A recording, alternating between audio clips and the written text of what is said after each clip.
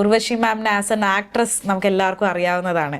അപ്പം ഇപ്പൊ സാറിനോട് ഞാൻ ചോദിക്കുകയാണ്, സാർ ഇപ്പോൾ രണ്ടും കണ്ടിട്ടുണ്ട്, as an actor and as a wife, ഏതിനാണ് ഫുൾ മാർക്ക് കൊടുക്കുക? അല്ല, മാർക്ക് അവള് പറയണം എത്ര കൊടുക്കണ്ടേ. എന്നിട്ട് വീട്ടിൽ ചെന്നിരുന്ന് വഴക്കുണ്ടാക്കുമ്പോ ഇയാള് കാണുകയല്ല.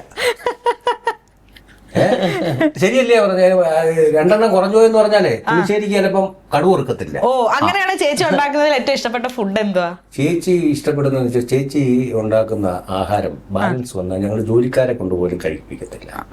ഞങ്ങള് രാവിലെ പഴങ്കഞ്ഞി കുടിക്കുക. എനിക്ക് ഏറ്റവും ഇഷ്ടം അവള് തന്നെ ഉണ്ടാക്കിയ, അവള് തന്നെ ഉണ്ടാക്കണം. ഓ, പുളിശ്ശേരി എന്നും പറഞ്ഞ് ഉണ്ടാക്കുമ്പോ ചിലരുണ്ടാക്കുമ്പോ അതിനകത്ത് പേപ്പർ എഴുതിയിരുന്നു ഇത് പുളിശ്ശേരി എന്ന്.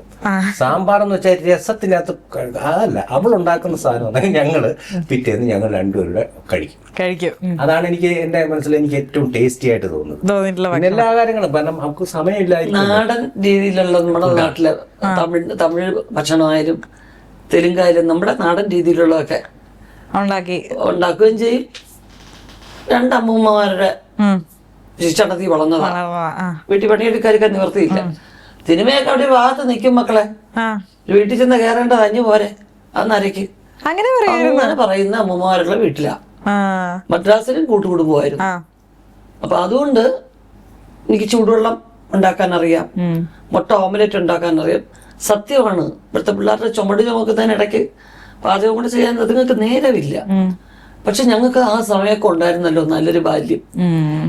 കൊച്ചിലെ തന്നെ അരക്കാനൊക്കെ വലിയ താല്പര്യം. എനിക്ക് വീട്ടിൽ ഒരു ഭയങ്കര ഇഷ്ടമാണ്. ഞാൻ ഒരുപക്ഷെ ആർട്ടിസ്റ്റ് ആയില്ലായിരുന്നുണ്ടെങ്കിൽ അത്യാവശ്യം പാചകം ചെയ്ത ആൾക്കാരെ ശരിയാക്കുന്ന ഒരാളായനെ. അപ്പൊ ഞാൻ അതിന്റെ മാനേജർ ഹോട്ടൽ. എനിക്ക് ഈ ഒരു ബാക്ക് ബോൺ സംഭവം ഭയങ്കര ഇഷ്ടമായി കേട്ടോ. അല്ല, ഞാൻ പറഞ്ഞോട്ടെ, ഈ നടിയായോട്ടെ നിങ്ങൾ തന്നെ ചിന്തിച്ചു നോക്കൂ. ഞാൻ ഫ്രാങ്ക് ആയിട്ട് കാര്യങ്ങൾ പറയുന്നത്, ഞാൻ ഈ ദ്വയാർത്ഥം ഒന്നും പറയാൻ എനിക്ക് അറിയത്തില്ല. ചിലപ്പം ഈശ്വരൻ ഇങ്ങനെയാണ് ചിന്തിച്ചത്, ഇവള് എന്റെ ഭാര്യയായി വരണമെന്ന് ഈശ്വരൻ തീരുമാനിച്ചില്ലെങ്കിൽ ഇവള് കുക്കും ഞാൻ മാനേജരും. അയ്യോ, എനിക്ക് ഭയങ്കര ഇഷ്ടപ്പെട്ട ആ ഒരു ബാക്ക് ബോൺ സംഭവം കേട്ടോ. Like what ever you do, ഞാൻ ഉണ്ട് പിന്നിൽ സപ്പോർട്ടായിട്ട് എന്നുള്ള അല്ല, ഈ നമ്മുടെ കൊറോണ തന്നെ ഒന്നും വന്നില്ലേ? കൊറോണ വന്നപ്പോ കൊറോണയിൽ എല്ലാവരും നമ്മളുടെ കഴിവുകേടിനെ വരെ നമ്മൾ കൊറോണയുടെ തല വെക്കാറുണ്ട്. ഒരു 90% പേർക്ക് ജോലി നഷ്ടപ്പെടുകയും സാമ്പത്തികമായിട്ട് 10% പേർക്ക് വിയർപ്പിന്റെ അസുഖം ഉണ്ടായിരുന്നു. അവരും പറഞ്ഞു കൊറോണ വന്നതിന് ശേഷം പിന്നെ ഒന്നും നടക്കുന്നില്ല. 10% പേർക്ക് വിയർപ്പിന്റെ അസുഖം ഉള്ളവരാ, അതൊന്നും ചെയ്യുന്നില്ല, പണ്ടും ചെയ്തിട്ട്. അപ്പൊ നമ്മള് ചോദിച്ചാൽ കൊറോണയ്ക്ക് മുമ്പ്, പിന്നെ കൊറോണയ്ക്ക് മുമ്പ് 6 ഏക്കർ സ്ഥലം വെച്ചിട്ടുണ്ടായിരുന്നല്ലോ. ഇങ്ങനെ ഈ കൊറോണ കൊണ്ട് ഒരു പോസിറ്റീവായിട്ട് നമ്മൾ തന്നെ പ്രകൃതിക്ക് തന്നെ വലിയ മാറ്റം ഉണ്ടായിരുന്നു.